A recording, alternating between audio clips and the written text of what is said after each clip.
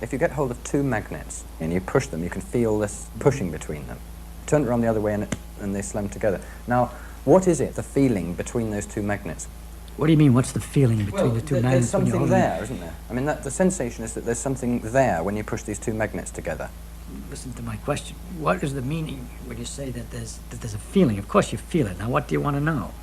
What I want to know is what's going on between these two bits of metal. Magnets repel each other. And well, then what does that mean, or why are they doing that, or how are they doing it? You're asking. I must say, I think that's a perfectly reasonable question. Of course, it's a reason. It's an excellent question. Okay. But the problem that you're asking, you see, when you ask why something happens, how does a person answer why something happens? For example, Aunt Minnie is in a hospital. Why? Because she went out and she slipped on the ice and broke her hip. That satisfies people. It satisfies, but it wouldn't satisfy someone who came from another planet, knew nothing about things. First you should understand why, when you break your hip, do you go to the hospital? How do you get to the hospital when the hip is broken? Well, because her husband, seeing that she had the hip was broken, called the hospital up and sent somebody to get her. All that is understood by people. Now, when you explain a why, you have to be in some framework that you allow something to be true. Otherwise, you're perpetually asking why. Why did the husband call up the hospital? Because husband is interested in his wife's welfare. Not always. Some husbands aren't interested in their wife's welfare when they're drunk and they're angry.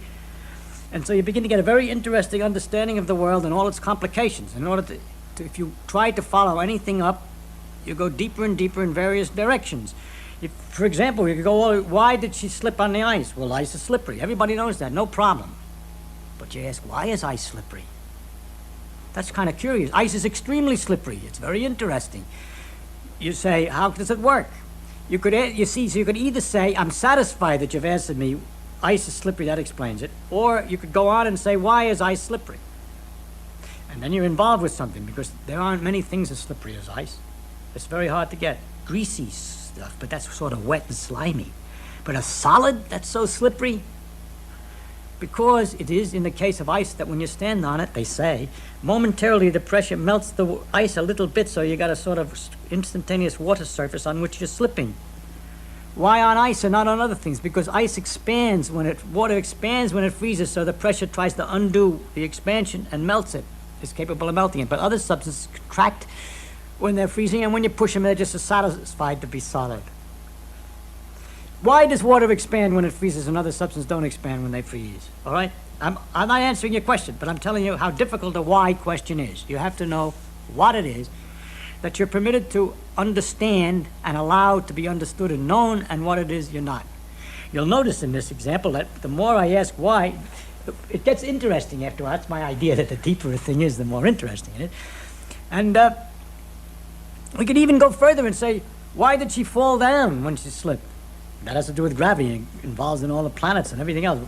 Never mind. It goes on and on. Now, when you ask, for example, why two magnets repel, there are many different levels. It depends on whether you're a student of physics or an ordinary person who doesn't know anything or not. If you're somebody who doesn't know anything at all about it, all I can say is that there's a magnetic force that makes them repel, and that you're feeling that force. And you say, but that's very strange, because I don't feel kind of force like that in other circumstances. When you turn them the other way, they attract. There's a very analogous force, electrical force, which is the same kind of a question. And you say, that's also very weird. But you're not at all disturbed by the fact that when you put your hand on the chair, it pushes you back. But we found out by looking at it that that's the same force, as a matter of fact. The electrical force, not magnetic exactly in that case, but it's the same electrical repulsions that are involved in keeping your finger away from the chair, because everything's made out of its electrical forces in minor and microscopic details. There's other forces involved, but this is connected to electrical forces. It turns out that the magnetic and the electric force with which I wish to explain these things, this repulsion in the first place, is what ultimately is the deeper thing that we have to start, that we can start with, to explain many other things that looked like everybody would just accept them. You know, you can't put your hand through the chair. That's taken for granted. But that you can't put your hand through the chair when looked at more closely, why? That involves these same repulsive forces that appear in magnets.